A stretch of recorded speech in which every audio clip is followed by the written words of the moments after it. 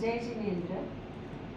आज मैं थाने विनायक की कहानी की एक नगरी में विनायक जी छोटा रूप लेने आठना उठने गावभर फिरता होता आणि क्या होता की चमचाभर दूध आणि चिमूटभर चावल आणि म्हणजे कोणतरी खीर बनायने देजो, कोणतरी खीर बनायने देजो।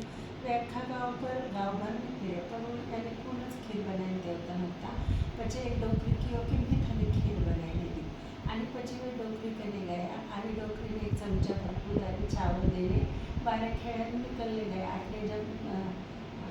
आठने डोकरी ने वो दूध अपना दूध में घाटने कढ़ाई में खीर बनाई, अपना चावल में चावल घाटने चावल बनाई आणि विनायक जी बाढ़ देखती देखती बैठी।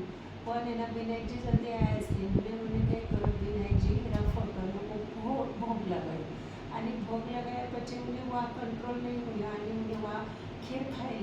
खेळने थकने भागने विनायक जी आया तर પછી उन्हें थोड़ी सी एक चमचा भर खीर जी की बचाई थी वह खीर विनायक जी ने देने लगी, बेटा ये खाइए सूखी। तो विनायक जी की हमने तो पहले खीर भात खाइए, तो एक काम कर सगळा गाव में न्योता देने जी मैंने बुलायची की एक चमचा भर खीर में मी किसा काही सगळा गाव में बुलावला ते काही होऊ गेले तू ना फक्त उकडे में चमचो घुमायचे आणि सगळा गाव में बुलायचे। तर वह डोकरी ना चमचो लेने कड़े में घुमान लगी, जैसे जैसे वह घुमान लगी उसे उसे खीर बढ़ने लगी।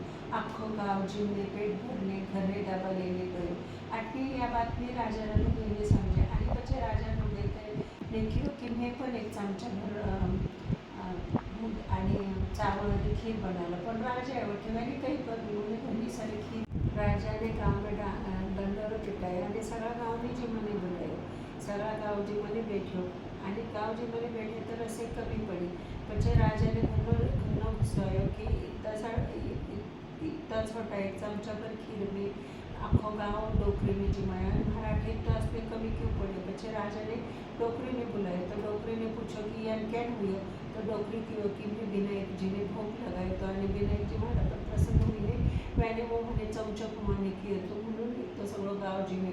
પછી राजा रानी रही जो ध्यान में आई कि मैंने विनायक जी ने भोग नहीं लगाए तो आणि इसोच गाव ने जिमने बुलाया तो म्हणून इसो कहेवे की जिमन रापेला म्हणजे सगळा रापेला शुभ कार्य रापेला विनायक जी ने भोग लगावणे असे जिसो विनायक जी डोकरी प्रसन्न होऊन सत्याना मना सगळ्यांनी